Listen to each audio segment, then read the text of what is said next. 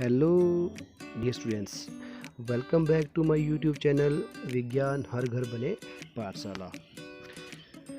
पिछले वीडियो में हमने गति चैप्टर का पढ़ा था कि हमने त्वरण किस प्रकार होता है, त्वरण के जो माप होता है वो हम किस प्रकार त्वरण को मापा जा सकता है। किसी एक वस्तु की अगर गति जो है विभिन्न अंतराल में विभिन्न है और उसके वेग में जो परिवर्तन आ रहा है वो भी विभिन्न है, तो उसके त्वरण में जो माप होगा, त्वरण की जो अंतर आएगा उसको हम किस प्रकार माप सकते हैं, तो ये हमने किया था।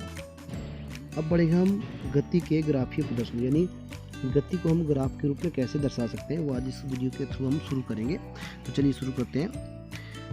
देखिए, कोई भी चीज़ होती है उसे हम अपनी सुविधा अनुसार ग्राफ में दर्शा सकते हैं अपनी सुविधा के लिए। उदाहरण के लिए किसी एक दिवसीय क्रिकेट मैच के प्रसारण में किसी टीम द्वारा प्रत्येक ओवर में बनाए गए रनों की दर को प्राय ऊर्ध्वाधर ग्राफ में दिखाया जाता है। अब आपने टीवी पे देखा होगा, जब टीवी में मैच दिखाया जाता है तो उसमें ग्राफ भी दिखाते हैं, वो कमेंट्री करते करते हुए नीचे ओवर्स दिए होते हैं, ऊपर की तरफ को रन, यानी आपका जो वाई एक्सिस होता है, जो आपका लंबवत होता है, उसमें रन दिए होते हैं, और जो नीचे वाला होता है हॉरिजॉन्टल एक्स एक्सिस में, उसमें आपके ओवर्स दिए होते हैं। तो इस प्रकार जो है हम गति भी दर्शा सकते हैं। तो सबसे पहले आएगा आपका दूरी समय ग्राफ, ठीक है।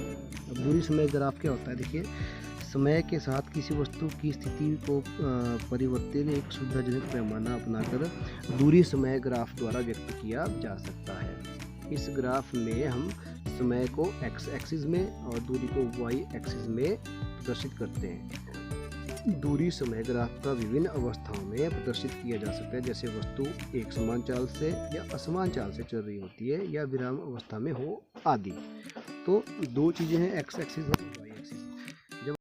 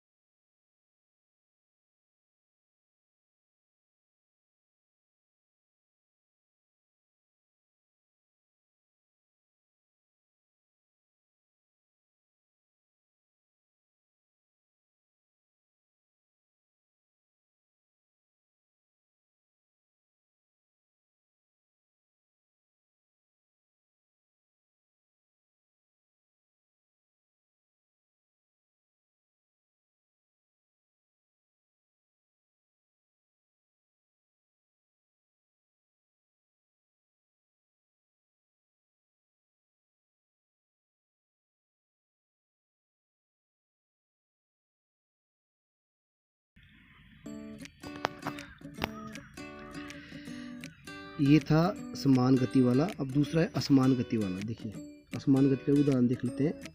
कोई वस्तु है, ये असमान चाल से गतिमान किसी कार का दूरी समय ग्राफ है। इसमें असमान गति है, देखिए 0 से 2 सेकंड गति कर रही है गाड़ी, ठीक है। तो यहाँ पे 0 से 2 सेकंड के बीच में गाड़ी की चाल है 2 मीटर, यहाँ पे 2 है, ठीक है। इस खाने में 2 है यहाँ पे, तो 2। उसके बाद 0 से 4 सेकंड में कितनी दूरी कर रही है वो 4, यहाँ पे 4 है। उसके बाद 6 सेकंड में तय कर रही है गाड़ी कितनी, यहाँ पे 8 मीटर। उसके बाद 8 सेकंड में तय करेगी वह 17।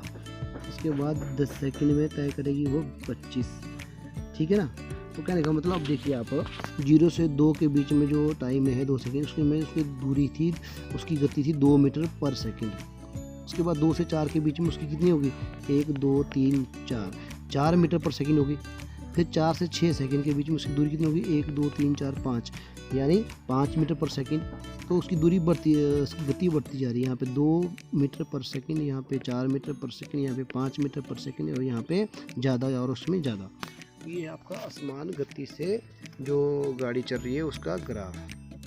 तो इसका ग्राफ बनेगा फिर वो इस तरह से बनेगा। तो ये हो गया आपका दूरी समय ग्राफ। उसके बाद आता है आपका वेग समय ग्राफ। अब वेग समय ग्राफ को किस प्रकार दर्शाते हैं, एक सरल रेखा में चल रही वस्तु के वेग में समय के साथ परिवर्तन के वेग को समय ग्राफ द्वारा दर्शाया जा सकता है। ठीक है। अब एक समान चाल से गतिमान किसी कार का वेग ग्राफ। देखिए ये जो कार है ना, एक समान चाल से चल रही है, इसका वेग समय ग्राफ कैसा होगा देखिएगा। तो इसके लिए हमें क्या करना है, इसके लिए हमें इस ग्राफ के लिए हमें क्या करना है, एक्स एक्सिस पे और वाई एक्सिस पे क्या करना होता है, 2 चीज़ें लेनी होती है। यदि वस्तु एक समान वेग से गति कर रही हो तो समय के साथ वेग समय ग्राफ की ऊंचाई में कोई परिवर्तन नहीं होगा, बिल्कुल सीधी लाइन में जाएगा और कोई परिवर्तन नहीं होगा। यदि एक्स एक्सिस के समांतर एक सीधी रेखा होगी, जैसे चित्र 8.5 में दिखाया गया है, मैं आपको भी बताता हूँ। तो एक कार की जो गति है 40 किलोमीटर प्रति घंटे की रफ्तार से वेग कर रही है, तो उसके वेग समय ग्राफ को दर्शाया जा सकता है 8.5 की तरह। देखिए ये 8.5 की तरह, इसमें गति 40 किलोमीटर प्रति घंटे की रफ्तार से चल रही है। तो 0 से 40 ये गति है।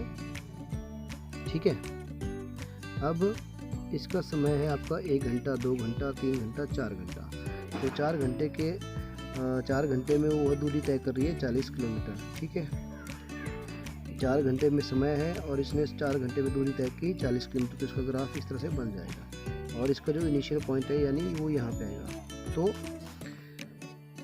इस प्रकार जो है वेग समय ग्राफ बनता है। ये बनता है आपका एक समान चाल के लिए। अगर मान लीजिए अब इसी में हमने क्या करना है, दूसरे है, अब देखिए एक उन्होंने उदाहरण दिया है जो असमान का है, एक समान चाल के बाद। तो इस प्रकार जो है वेग समय ग्राफ होता है। तो अब इस चित्र में देखिए दोबारा से 8.5 में एक समान चाल से गति करने का, तो इसमें अब हमने यहाँ से T1 से लेकर T2 तक क्या है, देखिए ऊपर देखिए, मान लीजिए T1 से लेकर T2 तक इसमें पूरी